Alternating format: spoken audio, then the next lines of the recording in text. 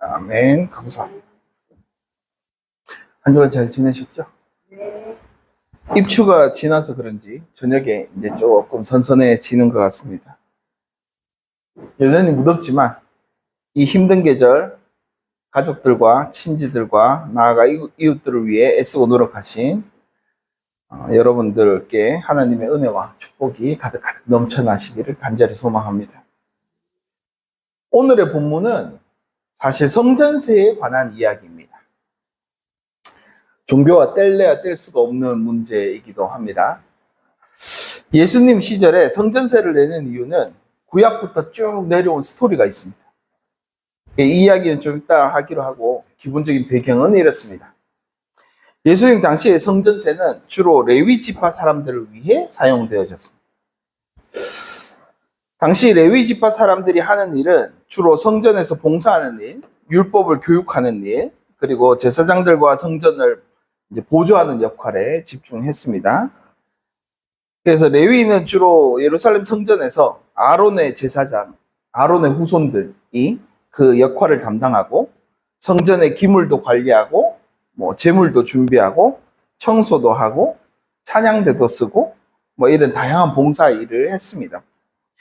또한 이들이 이제 이스라엘 백성에게 율법과 하나님의 계명을 가르치는 책임도 졌습니다. 그래서 한마디로 민족의 종교 지도자도 겸하고 있었습니다. 그 외에 성전 문지기도 하고 재판관도 하고 그리고 행정 직원도 하고 찬양 대원도 하고 이런 여러 가지 봉사 직무에 하고 있었습니다. 이처럼 레위인이 성전 내외에 조직적으로 각자 맡은 역할을 수행하다 보니 이 성전세의 대부분은 이 레위인들을 위해 사용되어졌습니다. 그러나 이제 마태복음이 쓰여질 당시는 즉 예수님이 부활하시고 승천하시고 이제 예루살렘 성전이 70여년경에 없어지는데 이제 성전 봉사자, 제사의 기능이 이제 공동체에 완전히 사라져 버렸기 때문에 이제 더 이상 레위인들은 봉사할 공간이 없었습니다. 그래서 자연스럽게 일반 시민들처럼 일을 하기 시작하고 생업에 종사하기시고 이제 명예적으로만 이제 종교와 관련된 역할을 최소한으로 유지하다 보니 성전세는 이제 점점 사라지게 되고 이제 제사 중심의 신앙 구조에서 이제 아예 회당과 율법 교육의 중심인 유대교로 자연스럽게 전환이 이뤄지게 됩니다. 이제 앞서 봤듯이 성전세에 관해서 성경에서 말하는 역사를 자세히 살펴보면 이렇습니다. 사실 출애굽부터 AD 70년 성전이 사라지기까지 예수님이 승천하시고 성전이 사라지기까지 계속 성전세는 있었습니다. 성전세의 근본은 11조라는 제도로부터 시작됩니다. 한마디로 구약에서 보면 11조는 땅에서 나는 곡식이나 가축을 10분의 1을 하나님께 드리는 것으로 자신이 받은 축복에 대한 감사의 표시였습니다. 그리고 단순히 이러한 의무를 넘어서 내가 받은 모든 것은 하나님께로부터 온 것입니다 라는 신앙 고백적인 요소가 있는 헌금이었습니다. 그리고 이제 그 부수적인 역할로 그렇게 걷어진 이제 11조는 성전에 사용되고 남은 거는 제사장들이 갖게 되고 이제 레위인들의 생계를 지원하는 역할을 하게 됩니다. 구약을 잘 읽어보면 레위인은 땅을 소유할 수가 없습니다. 그러니까 기본적으로 경작할 수 없었기 때문에 주변의 다른 12지파 사람들이 성전세를 내고 레위 지파를 먹여 살려야 하는 구조로 딱 갖추어져 있었습니다.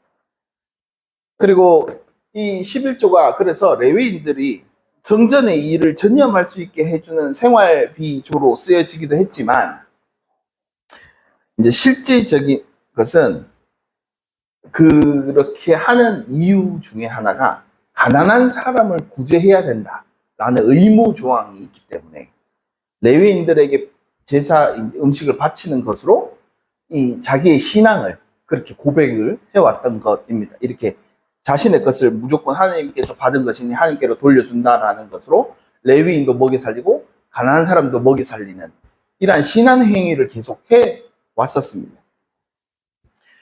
그래서 기본적으로 구조는 농작물이나 소득의 일정 부분을 가난한 사람들과 사회적 약자에게 돌아가도록 공동체가 함께 그들을 돌보겠다고 하는 약속이었습니다. 그래서 이제 이러한 약속을 지키는 자들이 하나의 공동체로 정체성이 유지되고, 그리고 사회적 연대나 서로 도움을 줌으로 우리가 하나님으로부터 같은 피조물이고 하나님을 같은 섬기는 자들이라는 그런 정체성을 갖게 되는 것입니다. 한마디로 우리도 이제 대한민국 국민이면 대한민국에 세금을 내듯이 그런 형태의 한 공동체라는 의미로 이제 기본적으로 이런 구성을 가지게 되었습니다. 왜냐하면 기본적으로 이스라엘은 12지파의 공동 구성체였기 때문에 각자의 땅이 다 따로 있고 마치 이제 연합 국가처럼 서로가 한 형제다라는 것을 표현을 해야 비로소 이제 그들이 하나로 뭉칠 수 있는, 우리가 하나님을 섬긴다는 표식을 할 수 있기 때문에 기본적으로 그러한 구조를 가지고 있었습니다. 그래서 원래 11조의 목적을 신명기 14장에 따르면 하나님께 감사드리는 뜻으로 드리는 것, 그리고 가난한 이웃을 돕기 위해 사용하는 것, 그리고 성전을 관리하고 예배하고 돕는 레위인들의 생계를 유지하도록 딱 규정화되어 있었습니다. 그러나 시간이 지나면서 원래 레위인들의 제사가 주변의 역할들만 했습니다. 그런데 땅의 경계가 사라지고 왕이 생깁니다. 왕이 생기면서부터 이제 왕족의 권위를 지키고 옹호하고 그 성전이 보조적인 역할을 맡게 되면서 왕국의 사제가 되기 시작합니다. 그러면서 다윗에게 힘을 실어 주었던 사독 계열의 제사장들이 남유다가 망할 때까지 강력한 힘을 가지게 됩니다. 왕국의 모든 세금과 재정을 감나라 배나라 할 정도의 힘을 가지게 됩니다. 유다가 망하고 포로기를 거치고 귀환하가 되었을 때 당시 다윗성을 중심으로 수도권에 이렇게 살던 사람들이 포로로 잡혀갑니다. 이들은 결국 다 귀족들입니다. 옛날에 한양에 살던 사람들이 대부분 양반이고 양반의 자제고 양반의 친척이고 나머지 변두리로 가면 갈수록 시장 상인들이듯이 왕국을 중심으로 가장 왕국에 빨리빨리 가야 되니까 회의를 하거나 하면 왕국 주변에 사는 사람들은 전부 다 귀족이었어요.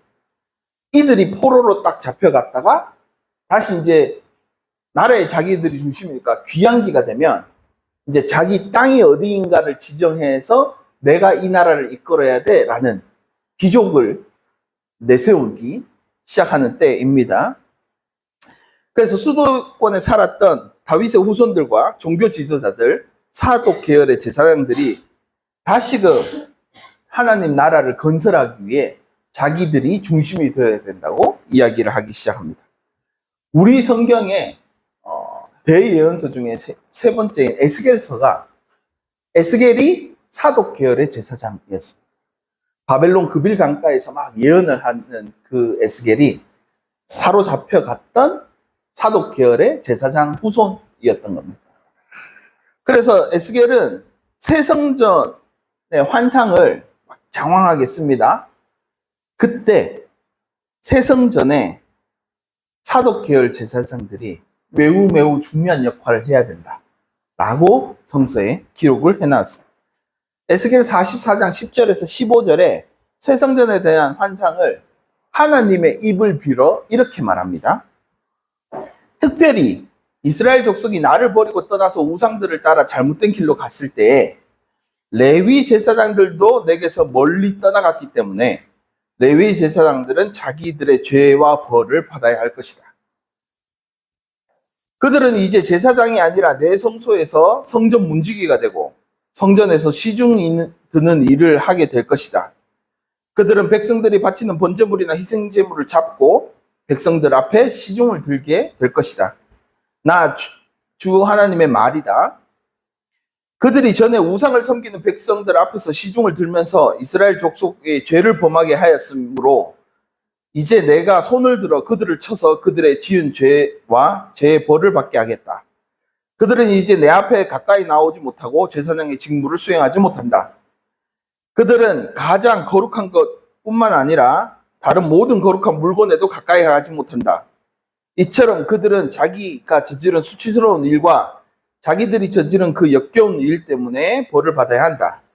그래도 나는 그들에게 성전 안에서 해야 할 모든 일을, 곧 성전에서 시중 드는 일을 맡겨보게 할 것이다. 그러나 이스라엘 자신이 나에게서 떠나 잘못된 길로 갔을 때에도 레위 지파 가운데 사독의 자손 제사장들은 내 성소에서 맡은 직분을 지켰으므로 그들은 내게 가까이 나와서 나를 섬길 수 있고 내 앞에 서서 내게 기름과 피를 바칠 수 있다. 나 주 하나님의 말이다. 이렇게 나옵니다. 그러니까 이미 에스겔 자기들은 들어가서 이 나라, 새로운 나라의 새 성전에 자신들이 중심의 역할을 해야 된다고 하나님께서 얘기하셨다라고 이야기를 했습니다. 이렇게 이제 하나님께서 직접적으로 이야기하심으로 나라가 망해가던 시기에 레위 출신들의 제사장들은 타락했고 포로기가 끝나면 사독계열의 중심으로 세상이 꾸려질 거야 라고 미리 공포를 해놓은 겁니다. 처음에는 이 예언서의 말씀처럼 이루어졌습니다. 그런데 이 사독계열이 오자마자 부정부패를 일삼기 시작합니다. 그러자 이제 그 중심에서 이들이 내쳐지게 됩니다. 실제로 고레스에 의해서 예레미야 말씀인 70년 포로기가 끝나고 느헤미야가 예루살렘 성전을 재건할 때였습니다. 이때 레위계 사제들이 기존의 사독계열의 사제들의 부정부패를 다 고발하고 이들을 축출합니다. 그리고 이들이 성전의 실권을 잡기 위해서 이제 11조의 규정과 토지권과 이런 모든 성서에 나오는 율법들을 유리하게 해석하면서 자기의 권리를 명확하게 드러내기 시작합니다.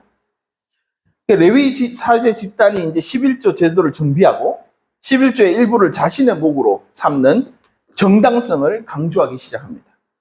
그리고 백성들을 그렇게 교육하기 시작합니다. 그리고 성경 곳곳에 기업도 없고 11조와 기업을 레위에게 준다라는 것을 구절구절들을 찾아내서 이 백성들을 교육합니다. 그렇게 자신들의 권리와 지위를 점점 확장시켜 나가기 시작합니다.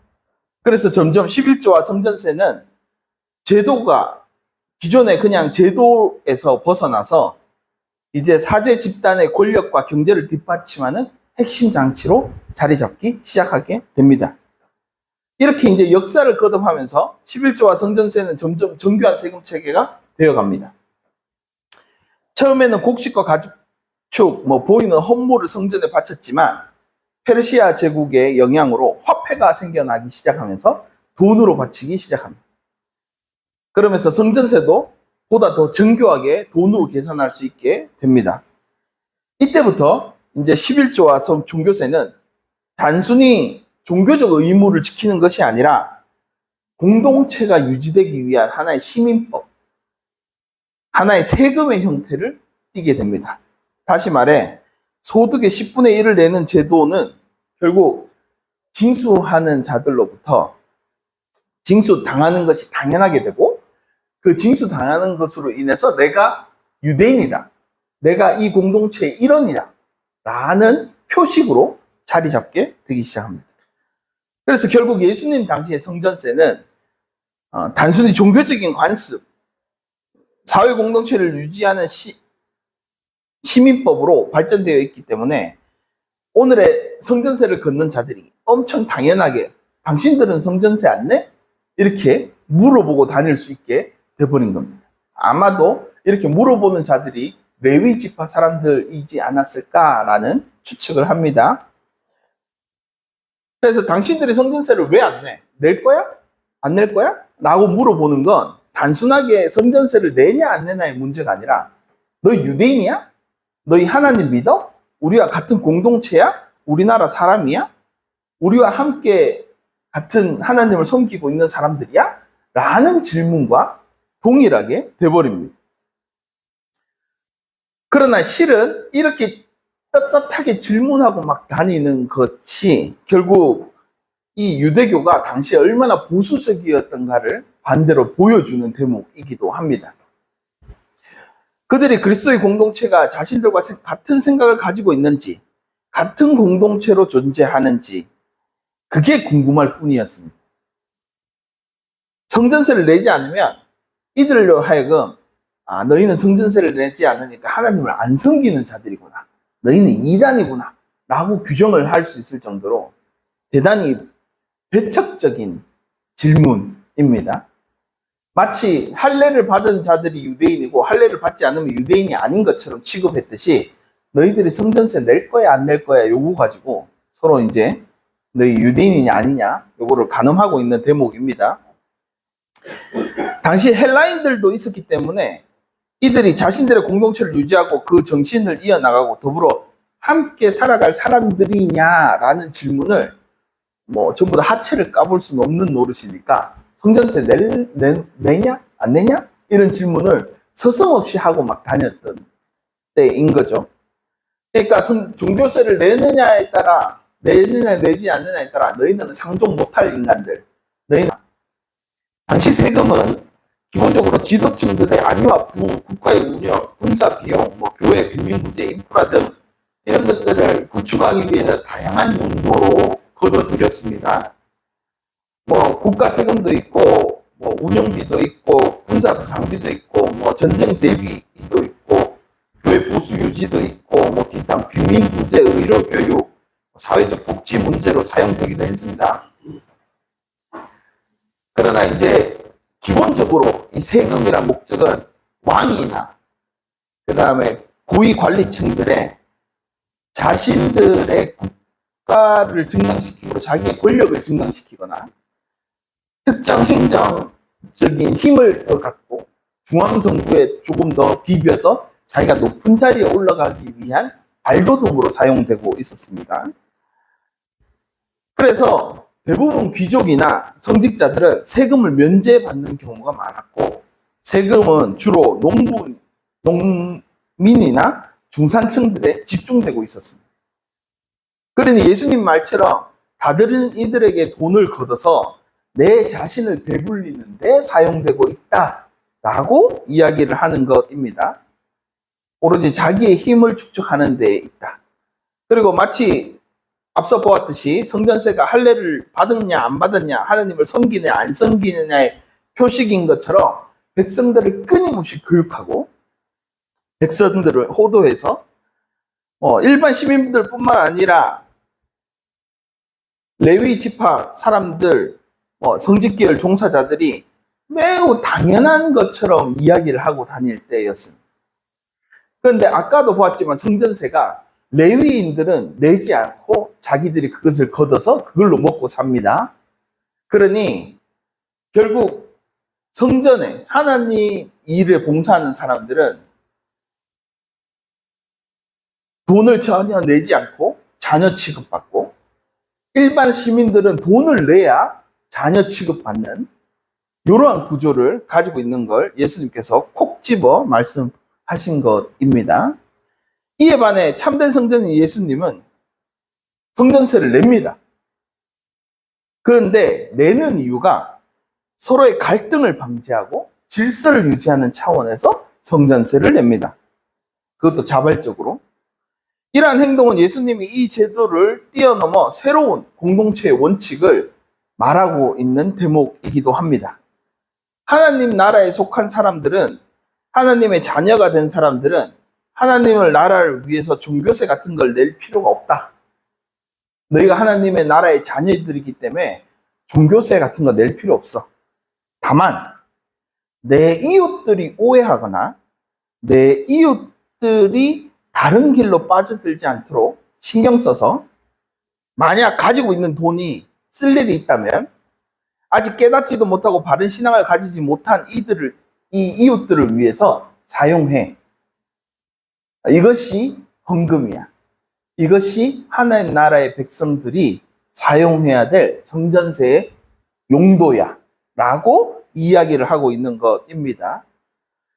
그리고 이 이야기는 실은 산상수훈으로 거슬러 올라갑니다. 제가 계속적으로 이야기하듯이 마태복음은 상상수훈을 기반으로 이야기를 펼쳐나가고 있다고 했습니다. 예수님께서 산상설교에서 첫 번째로 선언하신 복이 심령이 가난한 자는 복이 있나니 라는 말입니다. 심령이 가난하다는 것을 일반적으로 해석하기를 단순히 물질적으로 가난한 사람들을 말하는 것이 아니라 하나님에 대한 깊은 의지와 겸손한 마음을 포함하고 있다라고 가르치고 있습니다. 한마디로 자기 스스로 뭔가를 해결하지 않고 하나님께 의탁하는 마음을 가진 사람들을 심령이 가난한 사람들이라고 많이 이야기를 하지요. 그러나 당시 실질적인 삶과 연결해서 해석하면 그 의미는 조금 달라집니다. 가난을 하나님에 대한 올바른 태도로 연결시키는 유다적 전통을 해석하자면 이 표현은 물질적으로 가난한 이들이, 실제로 가난한 이들이 도둑질하지 않고 남의 것을 뺏지 않고 오로지 하나님께 자기의 생명을 의탁해서 살아가는 자들을 말하고 있는 것입니다. 당시 예수님 당시에도 이제 가난은 개인의 문제가 아니었고 사회적 구조나 사회적 경제적 활동에 의해서 구조적으로 짜여진 가난을 겪는 사람들이 되게 많았습니다. 대부분 디아스포라였기 때문에 와서 할 일이 전문적인 지식을 갖고 있지 않는 한 잡일과 노동일을 하면서 하루 먹고 하루 살기 힘들고 세금은 이중적으로 내고 하는 힘든 삶을 살고 있었습니다. 그런 상황에 처한 사람들이 하나님을 의지할 때 진정한 행복과 축복이 임한다고 이야기를 하고 있는 것입니다. 동시에 그리스도인이라면 이러한 상황에 처한 사람들을 위해 하나님께서도 그들에게 진정한 축복과 진정한 행복을 주듯이 너희들도 그리스도를 본받아 물질적으로 서로에게 도움 주며 상대방이 지금보다 행복해지고 지금보다 훨씬 더 축복받는 삶이라고 느끼도록 깨닫게 하도록 도와주라 라고 이야기를 한 것입니다. 또한 11조의 목적이 신명기 14장에 나왔듯이 오늘의 논쟁은 신명기에 의해서 논의될 수 있습니다. 모세오경 중에 가장 늦게 정한 법률이 신명기이기도 하고 대부분 신명기에 레위기와 부딪히는 몇몇 구절 빼고는 신명기가 대부분 율법을 다 정리를 하고 있는 대목이 있기 때문에 오늘의 논의는 신명기에 의해서 논의되고 있는 장면입니다. 그래서 마태복음 4장에 예수님이 사탄에게 시험받는 장면이 나옵니다. 그게 보면 배고프고 엄청 힘든 상황에 돌을 빵으로 만들라는 사탄의 시험을 받습니다. 그때 이제 예수님이 이렇게 대답하시죠. 성경에 기록하기를 사람이 빵으로만 살 것이 아니라 하나님의 입에서 나오는 모든 말씀으로 살 것이다 하였다. 앞서 말씀과 동일하죠. 가난한 자들이 하나님의 축복에 기대어 사는 것과 아무리 배고파도 사람이 빵으로 사는 게 아니라 하나님의 말씀에 기대어 산다라고 한 것은 일맥상통하는 면이 있습니다. 그래서 육체적으로 영적으로 가난한 사람이라 할지라도 물질에 의지하지 말고 하나님께 의지해 살아라 라고 하는 것이 신명기의 뜻이다 라고 먼저 밝히고 있는 것입니다. 그리고 예수님께서 마지막 시험을 마치시고 마지막에 사탄에게 하는 말이 사탄아 물러가라. 성경에 기록하기를 주 너희 하나님께 경배하고 그분만 섬겨라 하였다. 이거는 신명기 6장 13절에 나오는 말씀입니다. 앞서 말은 신명기 8장 3절에 나오는 말씀이고 지금은 신명기 6장 13절에 나오는 말씀입니다. 그러니까 예수님께서 결국 사탄의 시험 동안 신명기를 통해 대답을 하신 이유는 율법은 원래 이런 거야. 너희가 뭔가를 따지고 들고 아무리 태클을 걸어도 율법의 본뜻은 이거야 라고 아예 애시당초 마태복음 처음에 예수님이 시험 받으실 때 딱 규정해 놓고 시작을 하신 겁니다. 그렇게 딱 규정해 놓고 그 다음 바로 5장에 가서 이제 산상수훈을 이야기를 하시죠. 그러니 참된 신앙인은 하나님의 말씀을 잘 묵상한 자들이야. 나아가 하나님의 말씀이신 그리스도와 함께 삶을 살아가는 그리스도인들은 하나님을 사랑하고 이웃을 사랑하기에만 집중하는 것이 신앙인의 바른 길이다 라고 계속적으로 이야기를 하고 있는 것입니다. 또 다른 상상수훈의 말씀에 평화를 이루는 자는 복이 있다 이런 말이 있습니다. 화평케 하는 자는 복이 있나니 이렇게 나오는 겁니다. 이런 말씀이 이제 이 본래의 뜻을 더욱더 확장하고 있는 대목입니다. 여기서 말하는 평화는 단순히 전쟁이 없는 상태, 그리고 현 상태를 유지하는 것, 마치 로마가 전쟁 없이 팍스 로마인 것, 평화 로마인 것처럼 보이지만 실제로 그 안에 사는 사람들은 대단히 힘들고 고통받는 삶을 살고 있죠. 그것이 아니라 적극적으로 화해와 조화, 그리고 사랑을 실천하는 삶을 평화라고 이야기를 하는 것입니다.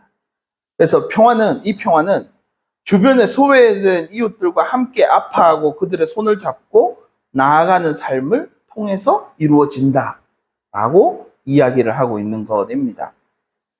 오늘날 지금 우리가 이스라엘을 보죠.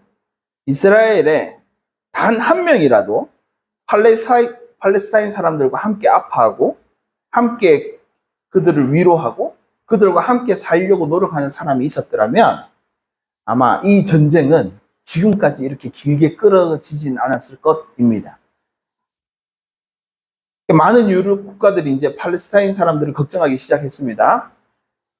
어쨌든 유럽인들도 기독교인이 많으니까 아마 이렇게 함께 아파하는 걸 보니 조금이나마 이 주변 정세가 좋아질 것이라고 기대가 생기기도 합니다. 즉 하나님 나라를 선포하실 때 예수님께서 가장 중요하게 생각하시는 것이 사회적으로 가난하고 소외된 이들이 현실에 절망하고 무너지지 않고 거기에서도 하나님을 향한 복이 있고 행복이 있고 그것을 찾아다닐 수 있게끔 예수님께서 그 일을 위하여 왔다. 그러니 천국이 가까이 왔다. 회개하라. 천국이 가까이 왔다. 라고 선포하고 공생애를 시작하신 것입니다. 이걸 종합해 보자면 주 너의 하나님을 경배하고 그분만 섬겨라라는 말씀 속에 산상수훈의 말씀을 모두 담아서 이야기하자면 하나님을 섬기는 삶은 결국 그분이 바라보는 이들, 그분이 행복을 바라는 이들과 함께 더불어 너희가 행복해지고 더욱더 하나님의 복을 함께 누릴 수 있도록 애쓰고 노력해라 라는 것이 율법이라고 분명하게 성경에 기록을 해 놓았습니다. 근데 이제 이 대결 구도는 앞으로 점점 심화됩니다. 제가 아까 얘기했죠. 성전이 없어지고 성전세가 사라지면 이제 이 레위 지파인들은 성전세를 못 걷고 힘을 잃게 됩니다. 그 다음에 힘을 받는 사람들이 바리새인들이었습니다. 회당을 중심으로 율법을 가르치고 율법을 교육하는 바리새인들이 그 다음 권력을 차지하게 됩니다. 그런데 이 대결 구조는 마태복음 22장에 가면 똑같이 한 번 더 일어납니다. 22장 15절에서 22절에 이런 말씀이 나옵니다. 그때 바리새파 사람들이 나가서 어떻게 하면 말로 트집을 잡아서 예수를 올무에 걸릴까 논의하였다. 그런 다음에 그들은 자기네 제자들을 헤롯 당원들과 함께 예수께 보내어 이렇게 묻게 하였다. 선생님, 우리는 선생님이 진실한 분이고 하나님의 길을 참되게 가르치시며 아무에게도 매이지 않는 줄 압니다. 선생님은 사람의 겉모습을 따지지 않으십니다. 그러니 선생님의 생각이 어떠한지 여쭤봅니다. 황제에게 세금을 바치는 것이 옳습니까? 옳지 않습니까? 예수께서 그들의 간악한 생각을 아시고 위선자들아 어찌하여 나를 시험하느냐? 세금으로 내는 돈을 나에게 보여달라. 그들은 데나리온 한 입을 예수께 가져다 드렸다. 예수께서 그들에게 물으셨다. 이 초상은 누구의 것이며 적힌 글자는 누구를 가르치느냐? 그들이 대답하였다. 황제의 것입니다. 그때 예수께서 말씀하셨다. 그러면 황제의 것은 황제에게 돌려주고 하나님의 것은 하나님께 돌려라. 그들이 이 말씀을 듣고 탄복하였다. 그들은 예수를 남겨두고 떠나갔다. 레위 지파 사람들 뿐만 아니라 그 다음 지도층인 바리새인 사람들마저 이런 관점에 머물러 있다라고 마태복음은 고발하고 있는 것입니다. 한마디로 당시 상황이 얼마나 처참했는지 보여주는 대목이기도 합니다. 그러나 가만히 따지고 보면 오늘날의 종교 역시 같은 모습을 가지고 있습니다. 오늘날의 많은 교회들은 마치 헌금을 잘하면 올바른 기독교인이고 믿음이 좋은 기독교인이라고 생각합니다. 물론 그럴 수 있다고 생각합니다. 이것은 우리가 판단할 문제가 아니기 때문에 그럴 수 있다고 생각합니다. 그러나 그들의 형태를 보면 우리는 알 수 있습니다. 그러니까 제가 경험하기도 했지만 너무 가난해서 헌금조차 내기 힘들고 이게 헌금을 굉장히 조금씩 내시는 한 장로님이 계셨습니다. 제가 옛날에 다니던 교회에. 그분은 자신의 신앙을 따라 교회 헌신과 봉사를 조금 더 무리하게 하셨습니다. 다른 장로님들보다 훨씬 더 많은, 장로님임에도 불구하고 주차를 인도하시기도 하고, 교회에 뭔가 이게 고칠 일이 있으면 또 나가서 고치시고, 남들보다 훨씬 많은 봉사를 하셨습니다. 그런데 실제로 교회에 뭔가 큰 일을 정하거나 할 때는 항상 이 장로님이 배제가 됩니다. 의견은 별로 중요하지 않게 생각합니다. 그래서 이렇게 봉사와 헌신을 열심히 하는 이들을 무시합니다. 이러한 모습이 있기에 신앙인들이 하나님을 사랑하는 것이 아니라 단순히 교회 건물, 돈을 사랑하고 있다는 것을 여실히 드러내는 장면이기도 합니다. 그리고 같은 공동체에 소속되어 있어서 그 안에서 쉽게 인식하지 못합니다. 심지어 그분들과 동조하는 사람들이 훨씬 더 많았습니다. 마치 종교세를 거두러 다니는 이들처럼 당연하게 이렇게 말하고 다녔습니다. 그러다 보니 결국 교회 헌금은 교회 이름을 알리고 교회 이득이 되는 길에 쓰여지고 교회를 드러나는 일에만 쓰여지게 됩니다. 그렇게 재정을 구성하고 그렇게 재정을 집행하는 사람들이 그런 형태를 가지고 있으니 당연히 그냥 교회 이름을 알리기 위해서 돈을 쓰지요. 세상 사람들, 그리스도교를 믿지 않는 사람들은 이러한 교회의 모습을 보고 자신들과 별반 다르지 않는 삶을 사는 사람들이구나 라고 생각합니다. 저들은 그냥 종교 모임을 같이 한 건물에서 하는 동호회 정도로 생각하게 됩니다.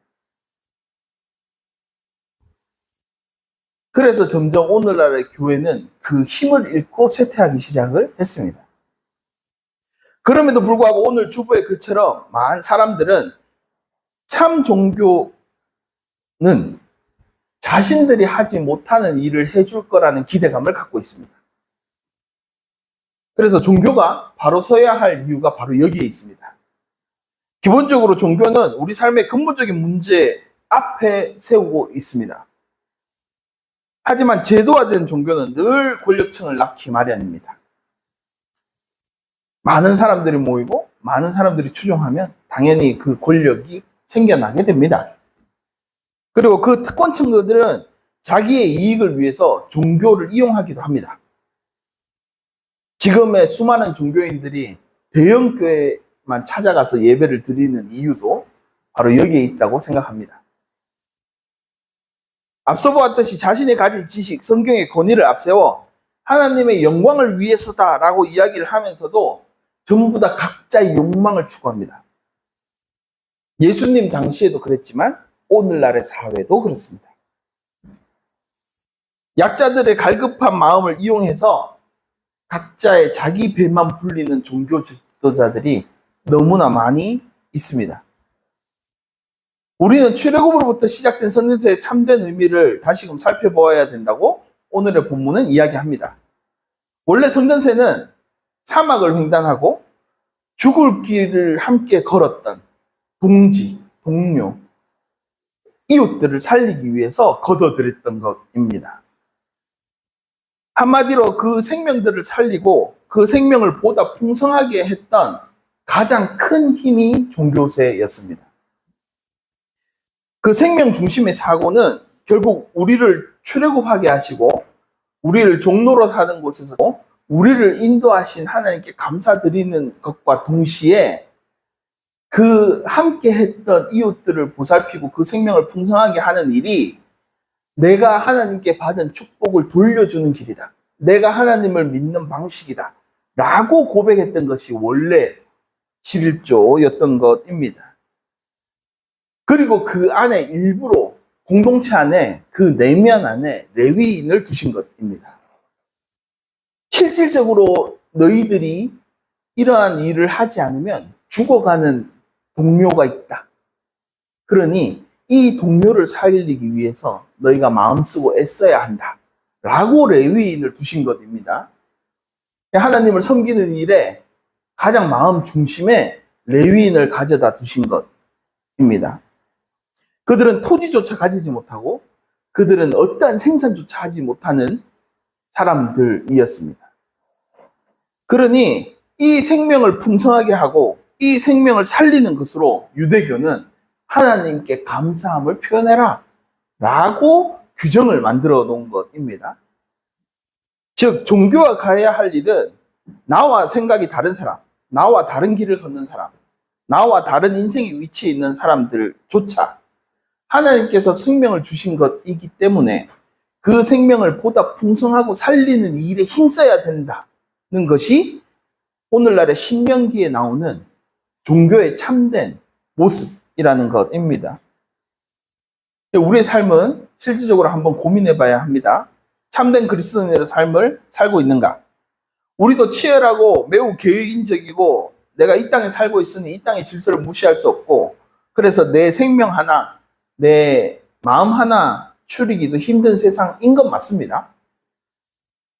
그럼에도 불구하고 정말 하나님을 따르겠다고 이야기를 하고 있는 건지 내가 하나님만 섬기겠다고 이야기하고 있는 건지 굳이 돌을 빵으로 만들어서 먹지 않고 진짜 하나님을 섬기고 있는 것을 내가 표현하며 사는 건지 깊이 한번 고민해 보아야 할 시기입니다.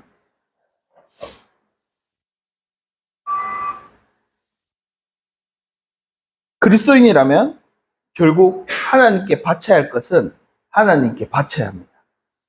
하나님으로부터 받은 것이니 하나님께 드리는 것이 옳습니다. 주보에 글에 이렇게 말하는 부분이 있습니다. 이웃사랑 그리고 약자의 편, 세속사회가 말하는 종교의 핵심적 역할이다. 사실 이는 여론조사뿐만 아니라 종교를 다루는 여러 미디어나 텍스트에도 반복해 발견된다. 자기 중심성 과잉 시대를 살아가며 사람들을 자기 부인의 사랑을 찾고 있다. 힘의 논리가 지배하는 세상에서 자비의 논리가 목마르다. 종교에선 볼 수 있을까 기대한다. 다른 어디에서도 힘들다는 것을 잘 알기 때문이다. 오늘의 본문에서 예수 그리스도께서는 종교세를 걷는 이들을 향해 그들이 시험에 빠질까봐 마음 쓰고 애쓰고 노력하고 그 영혼조차 살피는 모습을 보여줍니다. 그리스도교는 이런 예수님을 닮아 있어야 합니다. 세상도 이런 그리스도교를 그리워합니다. 그리고 기대합니다. 세상도 다른 자기가 살아온 세상에서는 볼 수 없는 일들이기 때문입니다. 하나님께서 계속해서 그리스도의 말씀을 잘 따라야 한다는 이유도 여기에 있습니다. 그리스도인이 이러한 일들을 하며 세상의 모든 생명을 풍성하게 하는 일이 먼저라고 생각하도록 미리 초청하신 것입니다. 그리스도를 기념하기 위해 세금을 걷는 종교가 아니라 그리스도의 마음과 그리스도의 정신을 나타내기 위해 굳이 낼 필요가 없는 세금을 내어가며 오직 주변의 생명들을 더 풍성하게 하려고 오직 주변의 모든 삶이 하나님이 창조하신 아름다움을 뽐내며 살아갈 수 있도록 그렇게 사용하라고 이야기를 합니다. 예수님의 공생애를 보면 객과 고아, 가부, 나아가 장님, 절름발이, 안전뱅이, 불황자, 거린 등 예수님을 만나고 그 생명들이 더 나아지고 풍성하게 살아갔다고 끊임없이 기록해 놓았습니다. 예수님은 하나님이 창조하신 모든 피조물들이 보다 아름답게 살아가도록 자신의 생을 바쳐 도우며 보살폈던 것입니다. 이러한 겨자씨만한 믿음이 키가 자라고 지혜가 자라서 큰 나무가 되어 세상의 모든 생명들이 그 안에 깃들어 살아가고 있습니다. 그리고 그렇게 풍성해진 것을 제자들이 보았습니다.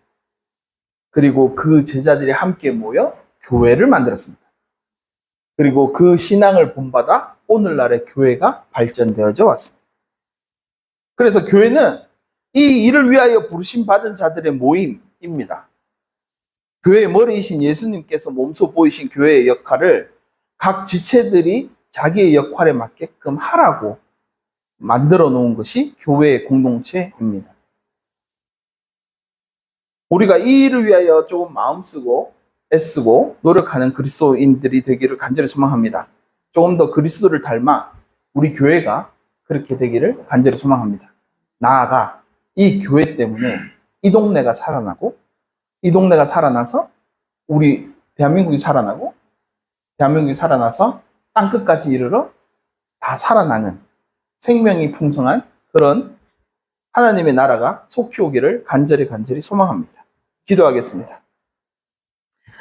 사랑의 하나님, 저희의 필요를 아시는 아버지께 나아갑니다. 담대히 구하게 하시고 하나님의 사랑을 먼저 받은 자로서 그 사랑을 이웃들에게도 나누어 주고 섬기게 하여 주십시오. 우리에게는 겨자씨만한 믿음이 없어서 괴롭고 힘들고 지치기 십상입니다. 그때마다 주님의 삶을 묵상하기를 원합니다. 우리에게도 조금이나마 그리스도를 닮아가기를 간절히 소망합니다. 어려워도 주님께서 세상 끝날까지 함께 하신다는 약속을 믿고 그 작은 믿음에 기대어 힘내서 그 길을 걸어가려고 합니다. 오늘의 말씀을 삶으로 살아내는 예수님의 제자가 되고 우리의 영성도 키가 자라고 지혜가 자라듯 계속 성장할 수 있도록 주님께서 인도해 주십시오. 예수 그리스도의 빛을 따라 더욱더 깊어지는 신앙인들이 될 수 있도록 주님께서 인도해 주십시오. 언제나 우리의 빛으로 우리의 말씀으로 존재하시는